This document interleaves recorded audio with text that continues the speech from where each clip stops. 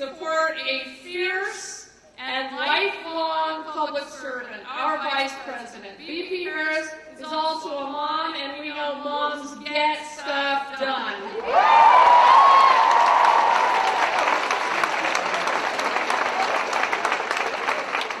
During my campaign for Attorney General, which yes, we only won by 280 votes,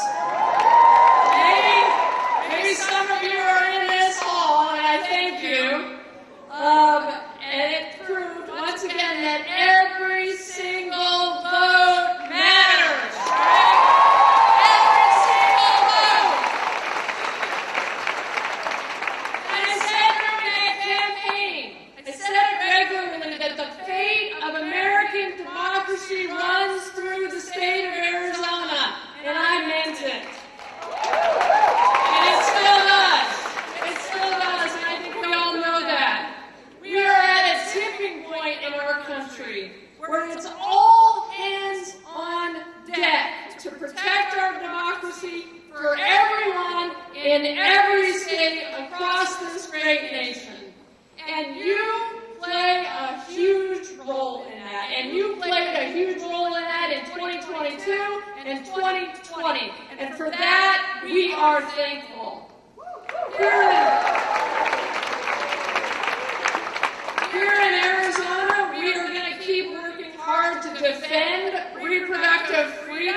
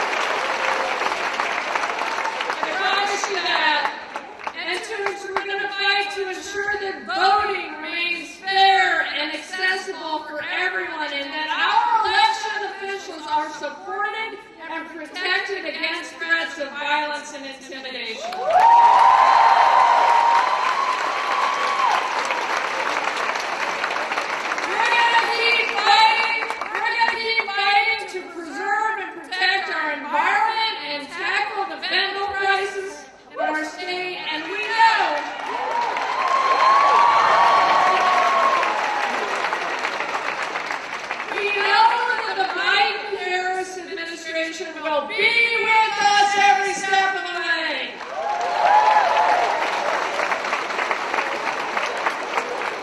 From the bipartisan infrastructure law, which is bringing billions of dollars to Arizona to invest in new roads, bridges, and clean water infrastructure, to the Inflation Reduction Act that the mayor was talking about, the most significant legislation in U.S. history to tackle climate crisis, the Biden-Harris administration is delivering for our state.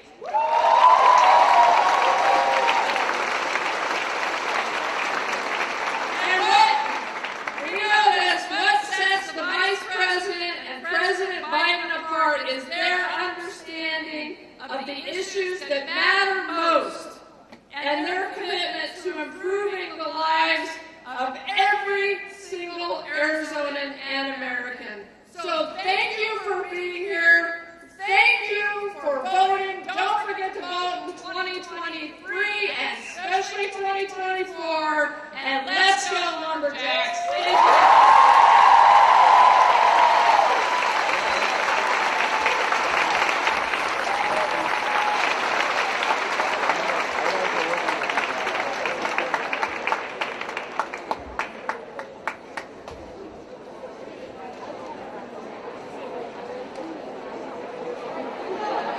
Folks, let's hear one more time for Arizona Attorney General Chris Mays.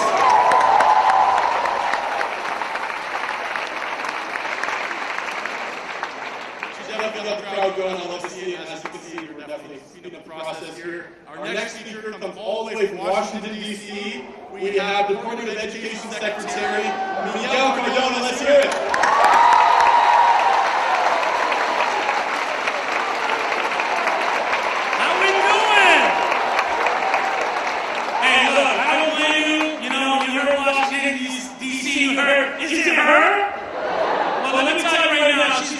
station, she can hear you. Let's make sure she can hear you. Hello, Northern Arizona. How we doing? ¿Cómo están?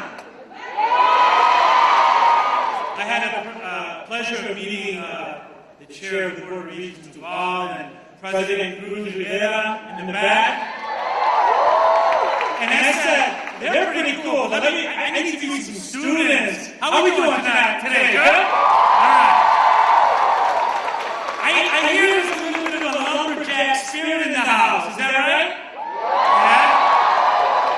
Well, look, the Vice President is ready. She's excited to come out here. And I'm really thrilled to be here as we're wrapping up Hispanic Heritage Month. Any Latinos in the house? All right. Good, because I plan on using Spanglish.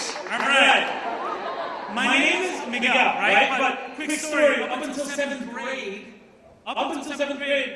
in school, they would call me Michael.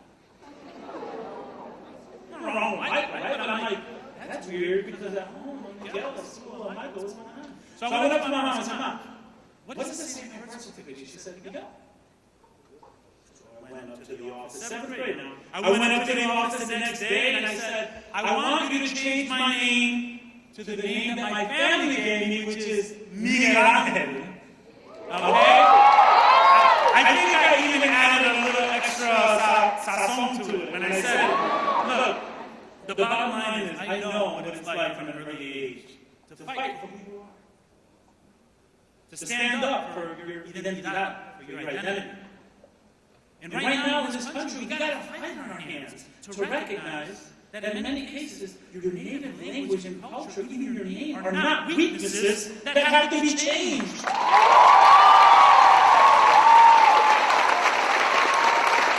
My mentality is those are your superpowers. Those are your strengths. So let's be clear, if you speak another language, that's a superpower.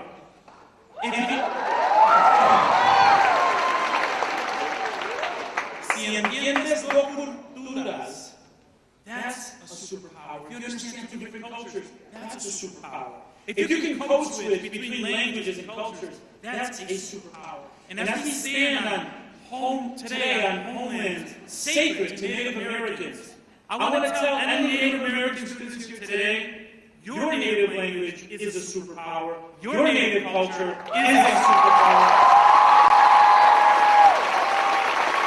And let me tell you, in DC, we are fighting with you to make sure we preserve native language throughout our country. Now, I have to tell you, this is not universally supported. There's some folks in this country, they don't have that mindset.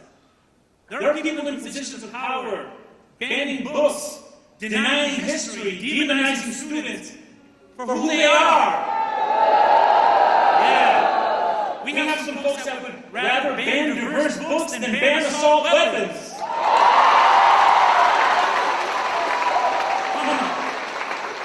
But that's why we're here. We're proud to be here. That's why we're here fighting for our freedoms together. And that's why our Vice President is leading the Fight for Freedom College Tour. I gotta say, if your fight song is any indication, you came to the right place. So let me end with this.